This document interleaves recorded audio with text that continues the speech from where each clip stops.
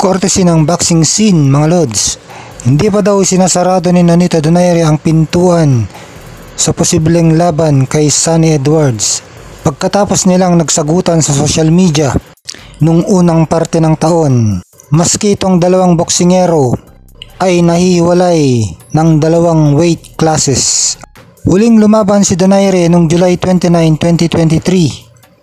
Natalo via unanimous decision kay Alejandro Santiago bilang undercard noon sa labanan ni Terence Crawford at Errol Spence na ginanap sa T-Mobile Arena sa Las Vegas.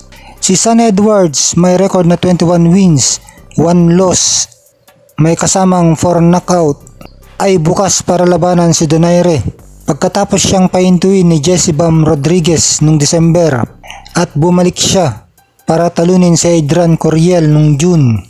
Maski nakaranas ng hiwa sa laban, itong 28 years old na si Edward ay nanalo via one-sided decision kontra Adrian Coriel. Hinamon niya ako, sabi ni Donaire sa boxing scene, kaya syempre tinanggap ko kanyang hamon at hinahamon ko na rin siya.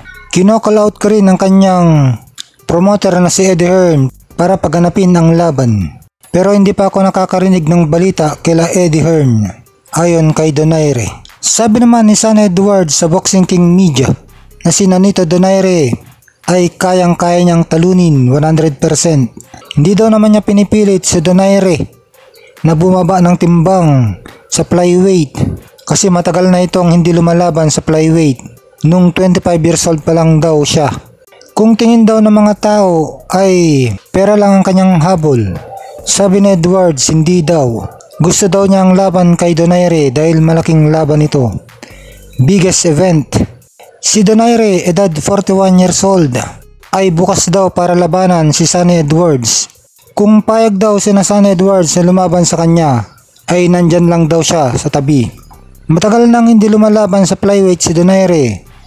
Mula pa noong April 2009 nung ninockout niya si Raul Martinez sa 4 na round sa Pilipinas. Si Edwards naman ay hindi pa lumalaban sa bantamweight pero nagpayag na siya ng kagustuhan na handa na siya para umakyat ng timbang para hamunin si Donaire sa bantamweight division. Kaya malamang ang paglalabanan na timbang ni Sunny Edwards at Nonito Donaire ay sa bantamweight division.